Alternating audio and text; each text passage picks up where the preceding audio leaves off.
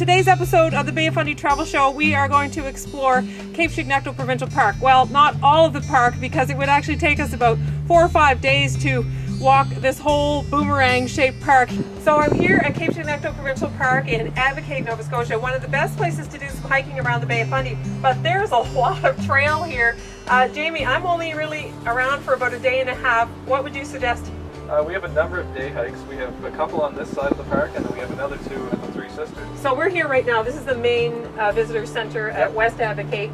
Now I'm going hiking with Nova Shores up here at Eatonville, and that's the new day use area for the trails. So what's up there in the way of trails? There's a 2.9 kilometer trail to the Three Sisters and back, and a 3.2 kilometer trail to Squally Point. Oh great, well I totally want to see the Three Sisters because those are the rock formations that are on your logo, so that's cool.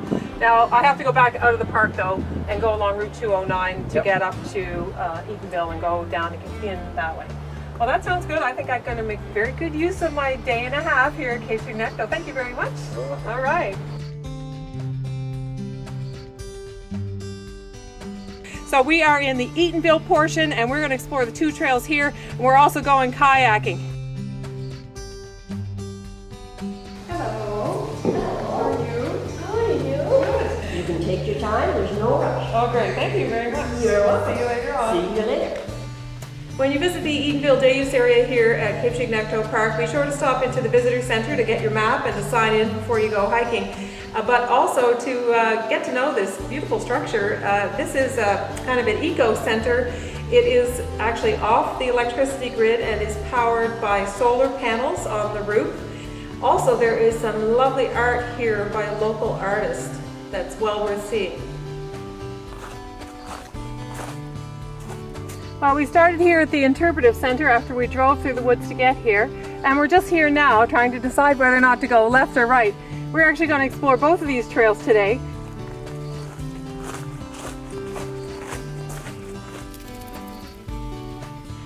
Well, if this first look off at the day use area at Eatonville is any indication, we're going to have a great afternoon exploring these two trails. It's absolutely spectacular. That beautiful forested area that we drove through is basically coming to an abrupt end here on the coast where the forest meets the Bay of Fundy, and we have a whole sweeping coastline behind us of these beautiful jagged cliffs that just drop right down into the bay.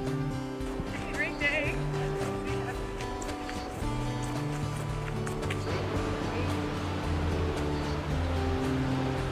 Wow, this is one gorgeous beach. This is Eatonville Beach, and it's hard to believe there was once a thriving lumber industry here because it's a beautiful, quiet beach now with no habitation. This is actually the one section of the day use park where you can see the wilderness area of Cape Chignecto Park. We won't actually be close enough to see anybody hiking, but that'll give you the general idea of the kind of cliff faces and terrain that the multi-day hikers are encountering over in that section on their big Cape Chignecto adventure.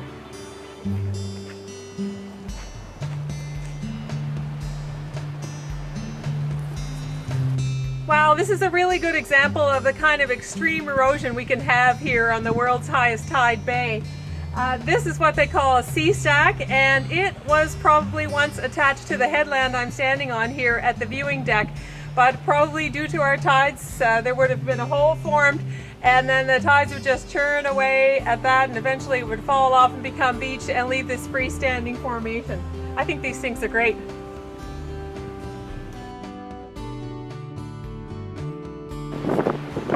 Wow, these are the Three Sisters rock formations. Absolutely gorgeous, just jutting up out of the water, coming from nowhere. They're exquisite.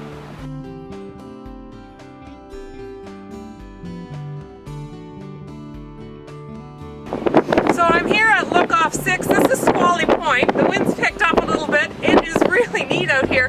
This is actually the best example in Nova Scotia of what's called a raised beach. And it's not that sea level was once this high, it's that this rock was once many, many meters, many feet below where it is now. And when the glaciers receded here about 16,000 years ago, it actually popped up. So what you've got here is what looks like a beach, but it's about 40 meters, what's that, 100 and some feet above sea level, so it's pretty cool.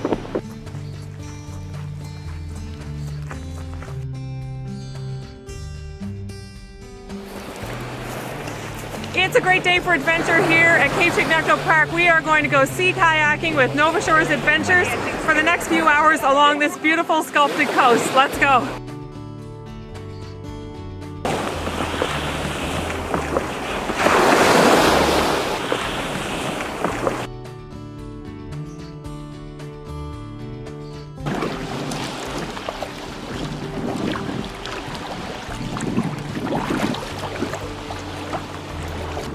If you are planning to kayak along the coast of Cape Chignecto Park, it is really important that you go out with a guide who knows this coast, who knows the tides for one thing, for safety, and also the type of erosion that can happen here. Here's a rock fall, tons and tons of rock dropping down into the bay here, and it's certainly much safer to travel with someone who knows the area really well.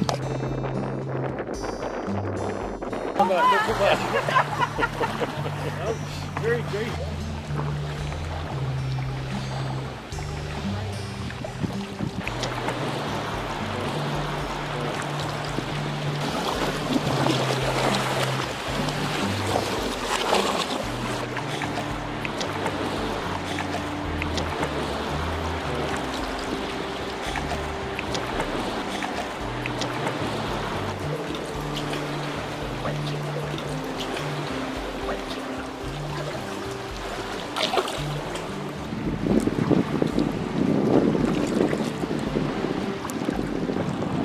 Now you could, say that's one of the sisters looking up at Glooskap.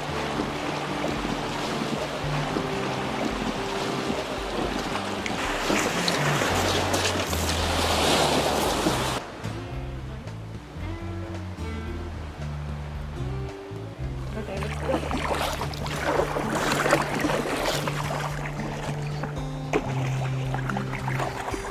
This is so beautiful.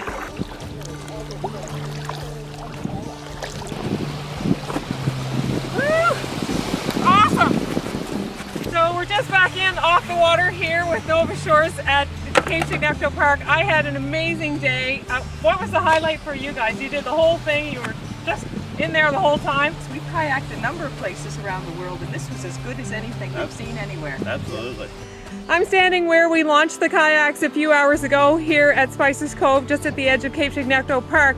It is low tide now, and the tide is way out there, so we came in down there and we're using these little carts to bring the kayaks across the beach.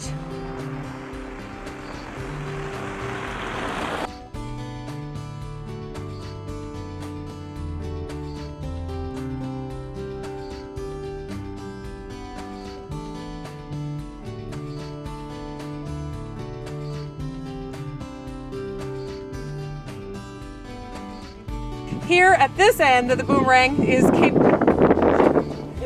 Eatonville. Where am I?